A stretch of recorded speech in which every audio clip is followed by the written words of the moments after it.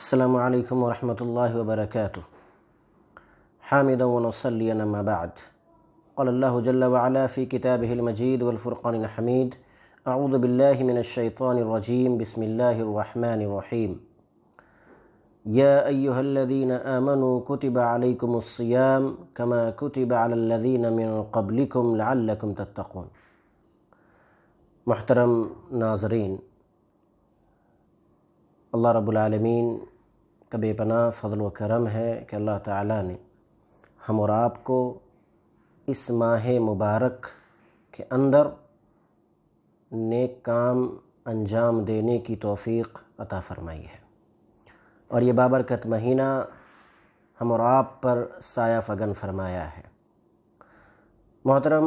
ناظرین، آج جس موضوع کو لے کر میں آپ حضرات کے سامنے حاضر ہوا ہوں وہ ہے وہ عمل جن سے روزہ ضائع ہو جاتا ہے، یعنی ایسے اعمال جن سے روزے کا ثواب ختم ہو جاتا ہے، ضائع ہو جاتا ہے۔ جہاں روزہ اپنے آپ میں ایک بہت بڑی عبادت ہے، اسلام کے 5 بنیادی رکنوں میں سے ایک رکن ہے، وہیں اس عبادت کی حفاظت کرنا بھی ہماری ذمہ داری ہے۔ اگر ہم اس عبادت کو کر جائیں، ہم روزہ رکھ لیں، قیام کر لیں، مگر اس عبادت کی اگر ہم حفاظت نہ کر پائے تو یاد رکھیے یہ عبادت کر لینے کے باوجود ہمیں کوئی فائدہ نہیں پہنچائے گا، کیونکہ اللہ کے نبی جناب محمد رسول اللہ صلی اللہ علیہ وسلم نے کئی مقامات پر ہمیں اس کی تنبیہ کی ہے کہ لوگوں، رمضان کے روزے کے درمیان، یعنی جب تم روزے کے عالم میں ہو، روزے کی حالت میں ہو، تو تمہیں بہت سارے اصول اور روزے کے بہت سارے ضوابط کا خیال رکھنا ہے۔ روزہ صرف اس بات کا نام نہیں کہ آپ صرف کھانے پینے سے اپنے آپ کو روک لیں، روزہ صرف اس چیز کا نام نہیں کہ آپ صبح سحری کر لیں اور پھر شام کو افطاری کر لیں، صرف اس چیز کا نام روزہ نہیں ہے، بلکہ روزے کے اندر بہت سارے آداب ہیں جسے ہمیں ملحوظ رکھنا ضروری ہے۔ آج اب معاشرے کا اگر مشاہدہ کریں تو دیکھیں گے کہ بہت سے قسم کے لوگ ہمارے معاشرے میں پائے جاتے ہیں۔ کچھ لوگ ایسے ہیں جو روزہ نہیں رکھتے ہیں، مسلمان ہیں مگر روزہ نہیں رکھتے ہیں۔ میں خود ایسے لوگوں کو جانتا ہوں جو ہر اعتبار سے، جسمانی اعتبار سے بہت زیادہ مضبوط ہیں، الحمدللہ کوئی بیماری نہیں ہے، مگر پھر بھی روزہ نہیں رکھتے۔ ہم اللہ سے دعا کرتے ہیں کہ اللہ تعالیٰ ایسے لوگوں کو ہدایت دے کہ وہ اپنے دین کو سمجھ سکے اور دین پر عمل کریں، آمین۔ دوسرا ان لوگوں کا گروہ ہے جو روزہ تو رکھتے ہیں مگر اس مبارک مہینے کے اندر بھی نمازوں کی پابندی نہیں کرتے، قرآن کی تلاوت کی پابندی نہیں کرتے۔ تو یاد رکھیں ایسے لوگوں کے روزے کا بھی اسے کوئی فائدہ نہیں مل پائے گا۔ تیسرا گروہ ایسے لوگوں کا ہے جو روزہ رکھتے ہیں اور نماز کی پابندی بھی کرتے ہیں، قیام اللیل بھی کرتے ہیں، قرآن کی تلاوت بھی کرتے ہیں، مگر ساتھ ہی ساتھ کچھ ایسے کام وہ انجام دے دیتے ہیں جس کی وجہ سے کہیں نہ کہیں ان کا روزہ خطرے میں پڑ جاتا ہے۔ اور چوتھا ایسے لوگوں کا گروہ ہے جو رمضان المبارک کے روزے بھی رکھتا ہے، سارے اصول و ضوابط کا خیال بھی رکھتا ہے، قرآن کی تلاوت بھی کرتا ہے، صدقات و خیرات بھی کرتا ہے، اللہ رب العالمین کو راضی کرنے والے جو کام بھی وہ انجام دے سکتا تھا وہ کام بھی انجام دیتا ہے، اور اس کے بعد وہ اپنے روزے کی حفاظت بھی کرتا ہے کہ اس سے کوئی ایسا عمل نہ سرزد ہو جائے کہ اس کا روزہ خطرے میں پڑ جائے یا اس کے روزے کا اجر ضائع ہو جائے، وہ اس بات کی فکر بھی کرتا ہے۔ میرے بھائیوں، آج میں اس چھوٹے سے پیغام میں میں تیسرے گروہ کے لوگوں کا تذکرہ کرنا چاہتا ہوں۔ وہ لوگ جو روزہ رکھتے ہیں، عبادات بھی کرتے ہیں، نمازوں کی پابندی بھی کرتے ہیں، مگر ساتھ ہی ساتھ وہ کچھ ایسے اعمال بھی کر جاتے ہیں جس کی وجہ سے ان کا روزہ ضائع ہو جاتا ہے یا انہیں ان کے روزے کا فائدہ میسر نہیں آئے گا۔ میرے بھائیوں، میں بتانا چاہتا ہوں کہ بہت سے لوگ ہمارے معاشرے میں ایسے ہیں جو روزے کی حالت میں جھوٹ بولتے ہیں، غیبت و چغلیاں کرتے ہیں، ایک دوسرے کی عزت پر حملے کرتے ہیں، تہمتیں لگاتے ہیں، الزام تراشیاں کرتے ہیں، جھوٹ بول کر کاروبار کرتے ہیں، جھوٹ بول کر بہت سارے اپنے بگڑے ہوئے کام کو بناتے ہیں، جھگڑا لڑائیاں کرتے ہیں، گالی گلوچ کرتے ہیں۔ تو یاد رکھیں میرے بھائیوں، یہ وہ ایسے اعمال ہیں جن کی وجہ سے آپ کے روزے کا اجر ضائع ہو جائے گا۔ دلیل کیا ہے؟ اللہ کے نبی جناب محمد رسول اللہ صلی اللہ علیہ وسلم ارشاد فرماتے ہیں، اور یہ صحیح بخاری کی روایت ہے، کتاب الصوم کی حدیث نمبر 1903 ہے۔ اللہ کے نبی نے فرمایا من لم یدع قول الزور والعمل به فلیس للہ حاجہ فی ان یدع طعامہ وشرابہ۔ صحیح بخاری کی روایت ہے۔ اللہ کے نبی فرماتے ہیں کہ جس آدمی نے روزے کی حالت میں من لم یدع قول الزور، جو بھی انسان، کوئی بھی انسان جو روزے سے ہے اور روزے کے عالم میں وہ جھوٹ بولنا نہیں چھوڑتا، وہ جھوٹ سے اپنے آپ کو باز نہیں رکھتا اور اس پر عمل کرنا ترک نہیں کرتا، تو اللہ رب العالمین کو ایسے شخص کے روزے کی کوئی ضرورت نہیں ہے۔ اللہ رب العالمین کو ایسے شخص کے کھانے پینے سے باز رہنے کی ضرورت نہیں ہے، اللہ کو اس کے روزے کی حاجت نہیں ہے۔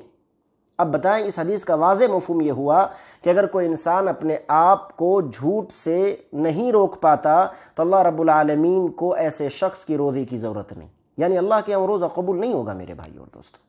واضح طور پہ اللہ کے نبی صلی اللہ علیہ وسلم کا فرمان موجود صحیح بخاری کے اندر میں۔ اسی طریقے سے سیدنا ابو ہریرہ سے یہ حدیث مروی ہے، اللہ کے نبی فرماتے ہیں کہ وَإِذَا كَانَ يَوْمُ صَوْمِ أَحَدِكُمْ فَلَا يَرْفُثْ وَلَا يَصْخَبْ فَإِنْ سَابَّهُ أَحَدٌ أَوْ قَاتَلَهُ فَلْيَقُلْ إِنِّي امْرُؤٌ صَائِمٌ۔ کیا مطلب ہوا؟ یہ حدیث کہاں کی ہے میرے بھائیوں؟ یہ حدیث بھی صحیح بخاری کتاب الصوم کی ہے، حدیث نمبر 1904۔ اس حدیث کے اندر اللہ کے نبی فرماتے ہیں کہ جب تم میں سے کوئی روزہ دار ہو تو اس کو چاہیے کہ وہ شہوت رانی کی باتیں نہ کرے، جذبات کو برانگیختہ کرنے والی، بھڑکانے والی باتیں نہ کرے۔ میرے بھائیو، اس ٹکڑے پر غور کر کے ذرا دیکھیں اور اپنے معاشرے کا جائزہ لیں۔ آج ہمارے معاشرے میں ایسے نوجوانوں کی کمی نہیں ہے جو روزہ تو رہتے ہیں، چونکہ مسلمان گھر میں پیدا ہو گئے اس لیے وہ روزہ رہتے ہیں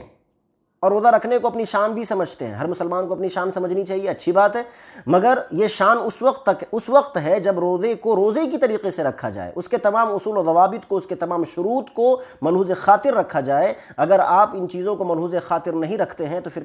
شان کی بات کہاں ہوئی میرے بھائی اور دوستوں؟ پھر تو مذاق ہو گیا نا یہ تو، کہ آپ اللہ رب العالمین کی ایک عبادت کا مذاق اڑا رہے ہیں۔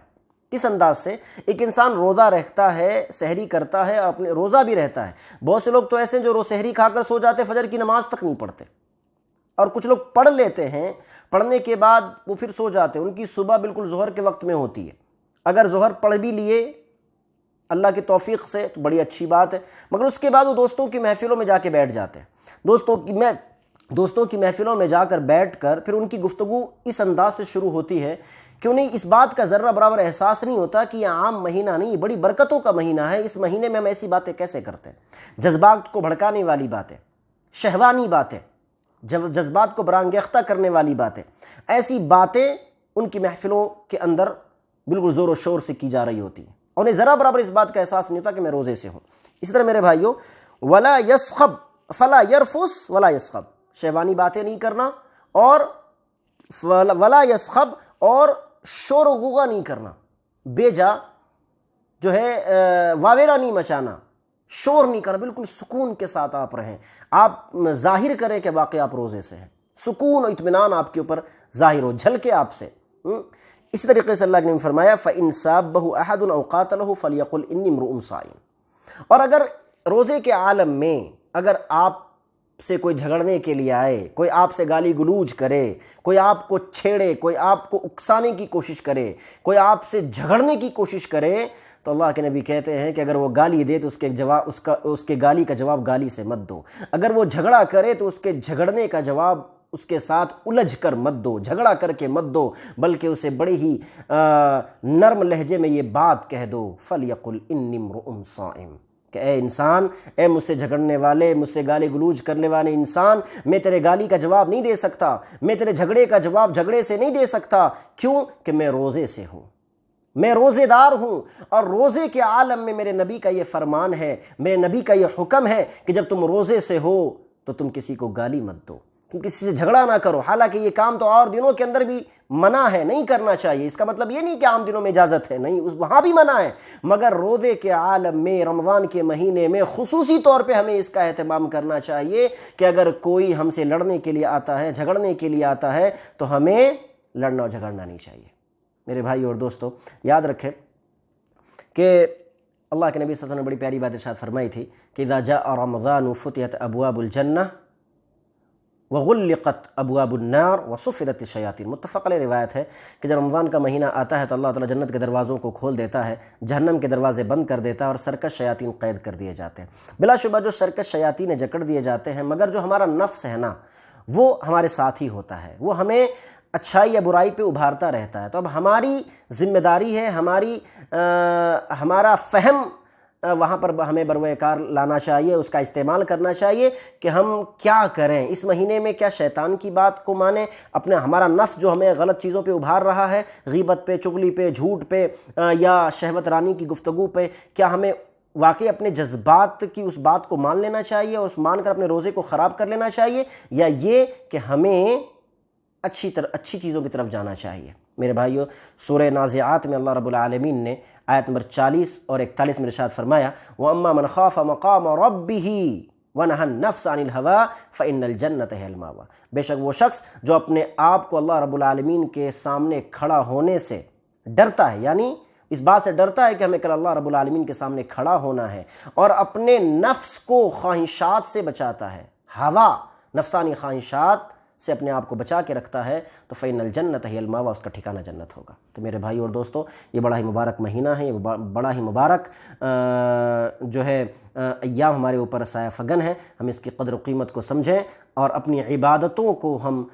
جو ہے ان غلط چیزوں کی وجہ سے برباد نہ کریں۔ کتنی افسوس کی بات ہے کہ ہم ایک طرف عبادت بھی کر رہے ہیں، روزہ بھی رکھ رہے ہیں، نمازیں بھی پڑھ رہے ہیں، مگر ساتھ ہی ساتھ ان چیزوں کے ارتکاب کی وجہ سے جھوٹ، غیبت، چغلی، ایک دوسرے کو تکلیف دینا، ایک دوسرے کو چھیڑنا، پریشان کرنا، جتنی بھی غلط چیزیں ہیں وہ سب اس کے اندر میں شامل ہیں۔ علماء کرام نے اس حدیث کے تناظر میں لکھا ہے، جتنی بھی بد اخلاقی چیزیں ہو سکتی ہیں، غیر اخلاقی چیزیں ہو سکتی ہیں، وہ تمام اس میں شامل ہیں۔ ہم ایسی چیزوں کو کر کے اپنے روزے کو خراب کریں تو یہ میرے بھائیو ہماری بد نصیبی نہیں تو اور کیا ہے، ہمیں اس کا خیال رکھنا چاہیے۔ اللہ سے دعا ہے اللہ تعالی ہم سب کو نیک عبادت کے ساتھ ساتھ ہمیں اپنی عبادتوں کی حفاظت کرنے کی بھی توفیق عطا فرمائے، آمین۔ تقبل رب العالمین۔ السلام علیکم ورحمۃ اللہ وبرکاتہ۔